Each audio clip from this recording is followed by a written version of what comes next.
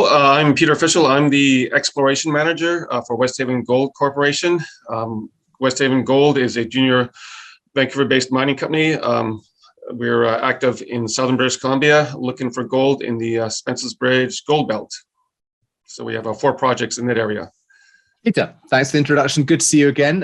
It hasn't been so long since we spoke, but recently you've just put out a banging news release. So let's talk about that. What did you find? Give us the headline. Go on, I know you want to repeat it. Okay, yeah. So we drilled up at in our FMN target area, and we hit 23 meters of 37 grams per ton gold. So that's to date is the best hole drilled on the property, and probably the entire Spences Bridge Gold Belt. Yeah, I mean, I had to go back and check those numbers. That's a hell of a hit.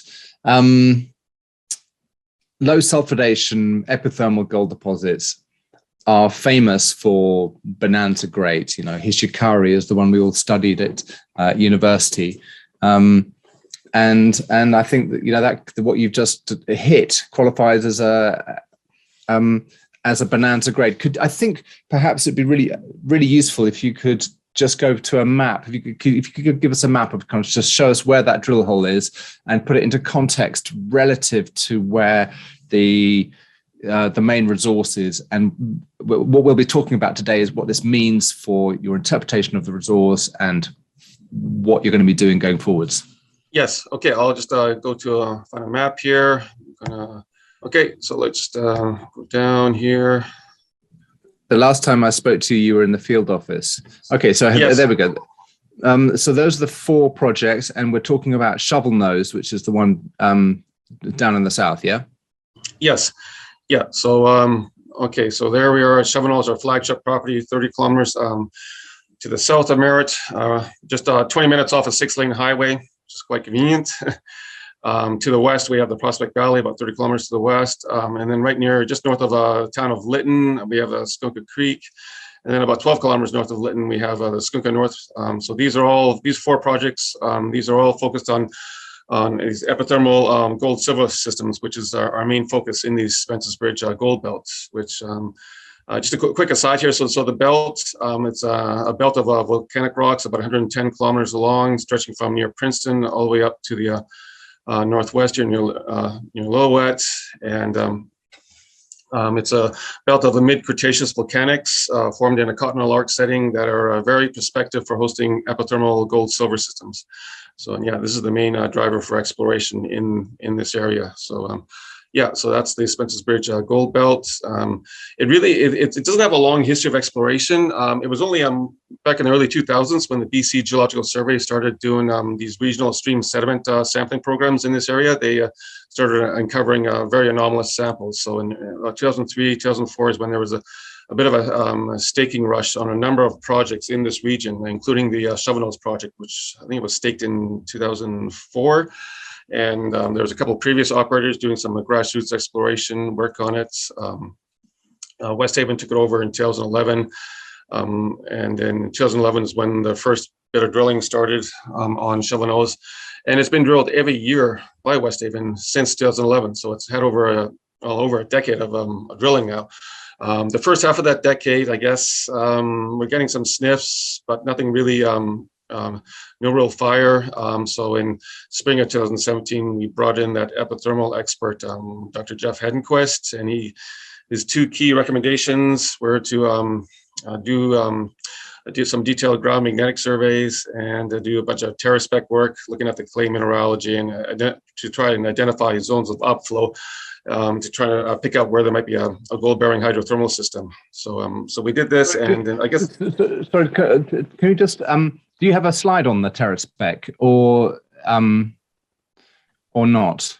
And if you don't, can you just drop the screen and tell me about it just for a second? Because I'm actually really interested in that. Not in some previous PowerPoints for some presentations at the Credulon Roundup. I had some, but I don't have them easily available here. Okay, well, could you just drop that and just kind of give me a minute or 2 on the TerraSpec work you did? Okay, yep. Yeah, so So what is TerraSpec? It's looking at the infrared spectroscopy to kind of help pick out the clay minerals, and looking at certain features, absorption features. You can kind of map out where there may be some higher paleo temperatures in your hydrothermal system. And it's like from my experience at in Russia at Kupol, we kind of picked out where what we call the illite chlorite zone, where we did a whole bunch of TerraSpec work, and we could see where we tended to get the gold dropping out in the hydrothermal system. Looking at the clay mineralogy, you can see the zonation. So looking at, for example, the actual mineral species, we're looking for illite. That's our main target, illite plus or minus chlorite. And also looking at what we call illite crystallinity. It's a ratio of two absorption features that you can use to kind of map out paleo temperatures in your system. And you're looking for slightly higher paleo temperatures that might be where you're seeing zones of upflow in your hydrothermal fluids. And so you're looking for zones kind of 300 degrees centigrade. Yeah, 250-ish, 250. That's what you're targeting. Yeah. So yeah. And is that do you do that using Landsat imagery, or is it a handheld instrument? Oh, it's a handheld instrument. Yeah. Yeah, you can do something similar to that. Yeah, looking at satellite imagery, but really, if you're working with drill core, you're using a handheld or rock samples, you're using a handheld instrument. That's yeah, and that's what we. Over in Russia, there at Kupol, we were taking readings every meter, so we had built one hell of a database. And that's like an XRF gun. It's a TerraSpec gun. Yes, exactly. Yeah, and so now we did some preliminary work based on Jeff Hedenquist's recommendations, and we did a bit more on it. We picked a section going through the hearts of South Zone, and to see how it responds. And yeah, you can kind of map out this over what we call there's three vein zones at South Zone, and our main vein zone there, vein zone 1. You can see the illites and illite kaolinites are enveloping vein zone 1, and you can see a bit of a lower temperature top to the system. This what we call the smectite cap. So even though we don't have a center horizon preserved, we do preserve this lower temperature smectite cap, suggesting the system is preserved. That we haven't lost really much to erosion at all. So aside from that one section, we really didn't do a whole bunch of extra TerraSpec work, but we are now in the coming months, we're going to be resuming that and starting to work with what we're drilling right now to help map out in these new zones where our preferred horizons are for mineralization. And even though we haven't done much since initially drilling South Zone, we tend to get back to doing more TerraSpec work in the coming months here. So and is it like an XRF gun, which has got a kind of a tiny reading sensor point? So do you have to kind of do multiple readings, or does it pick up the clays quite easily? I mean, if you just bang it down at a point, do you get a reading on the illites, or do you have to do multiple readings on every meter? It depends what you're shooting, but generally for alteration, if you're mapping clay alteration, you want to get into the matrix of the rock. So you can get clay minerals forming along fractures in the matrix, in phenocrysts, a whole variety, and even within your veins. Sometimes you get little pockets of kaolinite and whatnot in your quartz veins. It's a whole variety of settings, but really you're trying for the matrix. Like I said, at Kupol in Russia, taking a shot of the matrix every meter, a single shot of the matrix every meter was good enough to help see the zonation. Yeah. Okay. So was this TerraSpec useful in locating this drill hole that you've been so successful with, or was this drill hole sited just as part of kind of a systematic drilling? Nope, that hole 1706, our discovery hole on what we call South Zone, vein zone 1, that was based on looking at the illite crystallinities in those holes going back to 2016. There was a hole just to the north west, hole 1609, that had at the time the highest illite crystallinities on the Shovelnose project, and it was just sitting just west of a northeast trending magnetic low. So we thought, okay, there's our our A-like crystallinities are vectoring us right towards this magnetic low. There's our feeder zone, and we drilled it. And, you know, we drilled hole 1706, which hit 80 meters of 0.5 gram gold, locally up to 2 or 3 grams. But that's where that hole we first started seeing these banded quartz adularia veins. So that's when we realized we were onto something new and different at Shovelnose. So yes, it was. But the drill hole you've just announced recently, the 23 meters at 37 grams a ton gold, was that driven by illite crystallinity? No. Okay, that's systematic. No. That was more just systematic drilling this area on 50-meter space sections. Yes. Okay, great. Yeah. Sorry, thank you for humoring my little digression down the TerraSpec rabbit hole. But let's go back to the map if we could, and let's if we can get to the project scale. So, am I right in thinking that where you've drilled this hole is in the FMN zone, which is over a kilometre away from the south zone? Okay, so we got a bit of a plan view. Okay, this a bit of a oblique 3D view of the area of interest. So this shows the a 3D open pit shell on our 3 zones at south zone. So red zone 1, blue zone 2, and a bit of green here. You can see a zone 3 right there. 3 zones of quartz veining at south that contain the 1.1 million ounces gold equivalent that we announced back in September. But there's the historic tower showing area. That's actually where vein zone 2 comes along. It kind of comes through here, through Alpine, and it actually outcrops at tower. And then FMN is up here. So between here and the heart of south zone, that's about 2 kilometers. Okay. So and that drill hole is right just to the right of that star right there. Okay, and so you. Last year, you drilled 16 meters at 9 grams gold, which is that report that's just shown there above the FMN. And you've got a rig turning at FMM, so you announced recently. What's the turnaround time from the drill? So this is part of the winter drilling program.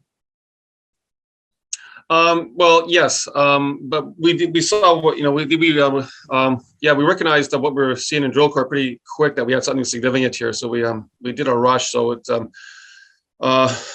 came back in a couple of weeks, I guess. But for the most part, turnaround times have been about 4 weeks or so right now. So we started back in mid-January drilling at the FMN area. Just to follow up on that high-grade hit of almost 16 meters of 9 grams per ton gold from the 2021 drilling, and now we're starting to get some more interesting hits, including this this highlight hole here, hole 22-12 212 that hit the 23 meters of 37.2 grams there. So. Tell me what the process is. So the hole's going down. What depth did it hit at? Okay, that was about where we hit vein zone 1. That was about between 86 and 122 meters. And within that, the main heart of the zone was between about 98 to I guess 110, 112 meters. So about roughly 100 meters downhole, I guess, for the core of the zone there. And you said you can tell that it's something special. What does it look like? How do you, what gets you geologists jumping up and down saying that you're in the big stuff? First of all, the fact that we had all this quartz veining, and we were seeing banded quartz adularia veining. Adularia, this kind of a white to pinkish beige mineral, potassium feldspar that is an indicator of boiling. So we're seeing indicators of boiling in the quartz vein here. We're also seeing these dark bands and clots of amorphous sulfides and silver sulfur salts. One of the key things, though, is when we start seeing these bands, we hit it with an XRF, and we see what kind of numbers we get in the XRF. And when we started XRFing this stuff, we started seeing even gold. Normally, you don't get gold; you see gold in the XRF results. But what we started seeing gold in this ganguro associated with this quartz adularia veining in this hole 212. So it's not often you start getting kicks in gold in your XRF, but yeah, we started seeing these very also other pathfinders like in the XRF like silver, selenium, even copper. Copper we almost consider like a pathfinder at on the Shovelnose project as well. So yeah, it's certainly and occasionally we do. Yeah. Did you say galena? Did you say there was a word I didn't hear in the middle of that? Selenium. Selenium. Yeah. We get we get silver selenites. It's not nalmonite. It's a silver selenite. Yeah. Associated with the gold mineralization. So you've got your XRF gun and you've got your TerraSpec gun, and when the core comes out of the when it comes out of the barrel and it's laid into the core trays, you've got a geologist logging it at site, and then it gets driven. Once the core tray is full, or kind of at the end of shift, you collect the 2 or 3 or 4 trays of core, and it gets driven to your log site, and it's there that it gets shot and logged. Is that yes. is Yeah. So the drillers come down the highway, drop it off every end of shift, day shift in the early evening, and then in the early morning hours from night shift. And then we do a quick log for the morning daily updates. And by then we've already probably taken the XRF readings if we see anything of interest. So yeah. And then we during the daytime we do the detailed logging. And then it gets next day or two, it gets over to the cutting area where we saw it. And then and so half the core is sawed in half. Half the core goes in the bag. Half of it remains in the core trays there. And yeah, and then within a week or so, it gets hauled off to the lab. So which are not so backed up right now. So yeah. So that's it's yeah. And you're driving it down to Vancouver. That's right, isn't it? We changed that. The Kamloops prep facility is now they're fully caught up. So right, okay. We're not seeing the the months on end turnaround times we had been experiencing into last fall and winter. So so now we're hauling stuff right back up to Kamloops, or they send a truck down once a week. So depending on how we schedule things. So yeah, it's yeah. So we're back to a normal situation right now with the near normal with the turnaround times. Yeah. So it's yeah. So it's all great. good. And perhaps we can pull the maps up again and sure. Just describe to me what the kind of the drilling program is in terms of meters and allocation where it's going. Yeah. Okay. So here's the map again.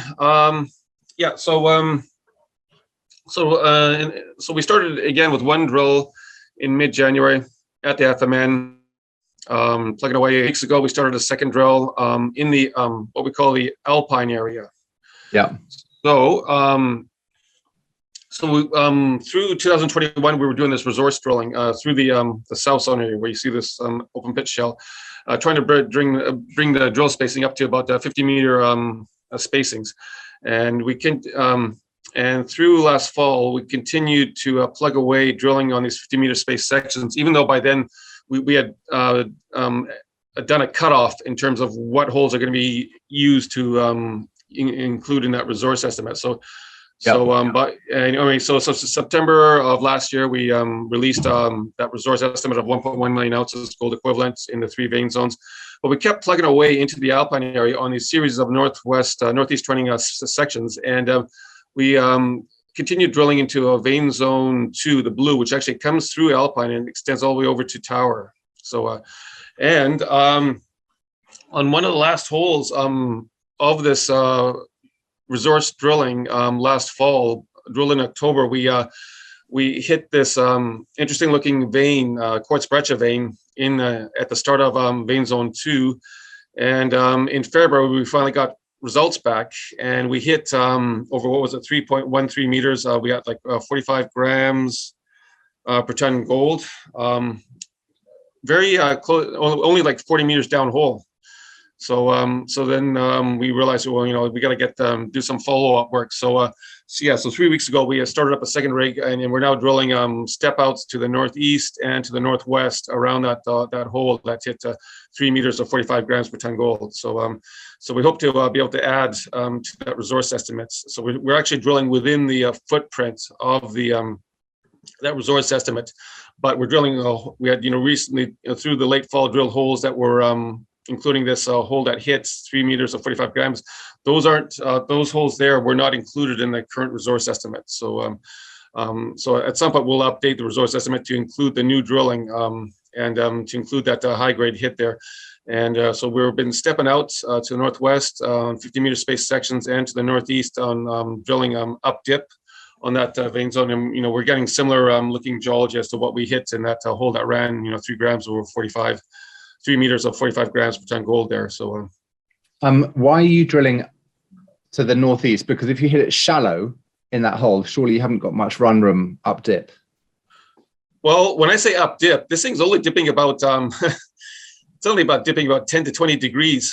It's got a very gentle dip. It's almost like you're chasing a coal seam. It's a very gentle dip on this thing right here. Yeah. See, over here in a sort of heart of south zone, it's fairly steep dipping, but we can follow it out as you go northwest. It starts to become quite gently dipping. So yeah, it's okay. Yep. Thank you. And does that mean if you're extending to the southeast from Tower and to the northwest from Alpine or west, does that mean you're effectively going to fence between the two? Yeah. So we're going to be pushing northwest towards the historic area of Tower, and from FMN we're going to be pushing to the southeast. So hopefully to close up and add some potential tons here to this northwest trend. So we got I should add right here, we have a total strike length of like this is about 4 kilometers. Vein zone 1 does continue as well to the northwest through the Tower, and it's vein zone 1 that we're targeting in the FMN area, and it does also continue into the Franz area. So we got a total strike length of vein zone 1 of coming through about 4.3 kilometers. So that hit of 23 meters at 37 grams, is that in vein zone 1? Yes, that's all part of vein zone 1 there. Yeah. So these are 3. So you've got vein zone 1, 2, and 3, and they're kind of they're not totally discrete little structures, but they're zones. You're not describing them as vein 1, you're describing them as a zone. So they must mean that there's structural complexity, but you can. Are you effectively saying that you can trace from prospect area to prospect area that there are 3 broad bands? Yes, and yeah, these are like I said, vein zone 1 is like about 4.3 kilometers. Vein zone 2 continues from south zone through Tower. That's a 1.7 kilometer strike. Vein zone 3 kind of goes into what we call the Lear area. That's about a 0.8 kilometer strike. Yeah, these are discrete vein zones. Vein zone 1 is dominantly meter scale veins, up to about 20 meters wide. But vein zone 2 is more of a sheeted veinlet zone, tens of meters up to about 40, 50 meters wide. Vein zone 3, again, is similar to vein zone 1. It's more of distinct meter scale veins, over 10, individual veins up to about, 2 or 3 meters wide. So there's, but overall, they are like zones of veining right here. So, yeah, with vein zone 1 being following the main, northwest turning structure. Yeah, got it. Interesting. Does that mean you are now in the 2 questions. The first one first. Does that mean that you're essentially taking this on a kind of on a grid scale rather than doing the fancy geology of kind of illites and smectites and TerraSpec and all of that clever stuff? Have you got enough information now just to grid drill it? Yes and no. We're gonna at the current areas we're active areas, FMN and Alpine. We can continue with the these 50 meter step outs, stepping out along strike.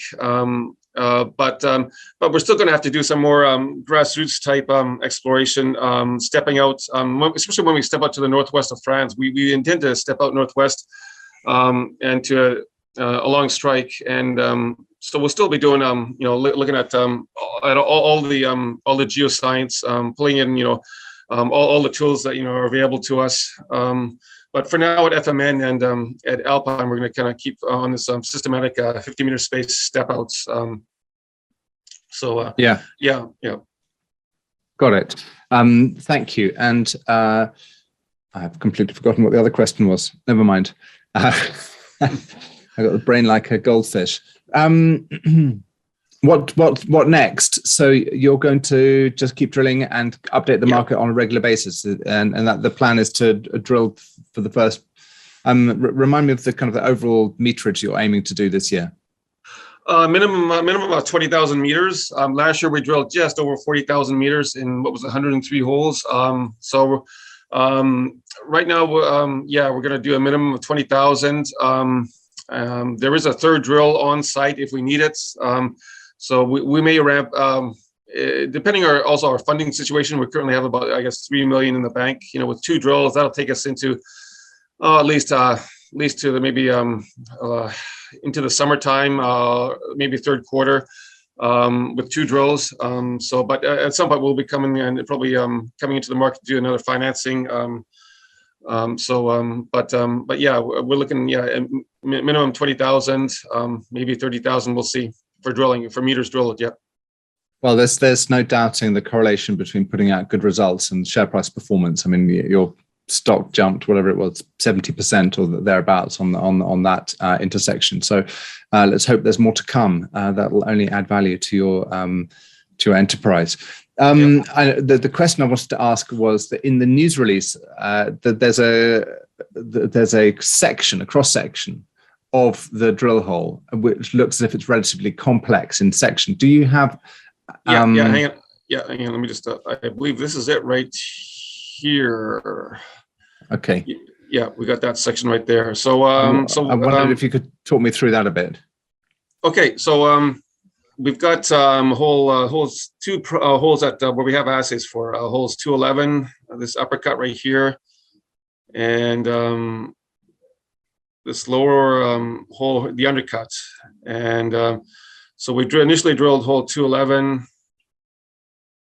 So that got that the main hit right there, that listed as number 7, that where we initially hit 3.74 grams gold, 20 silver over 36 meters, including we hit 11.3 meters of 9.5 grams gold, locally up to 30 grams over 2 meters in this interval right here.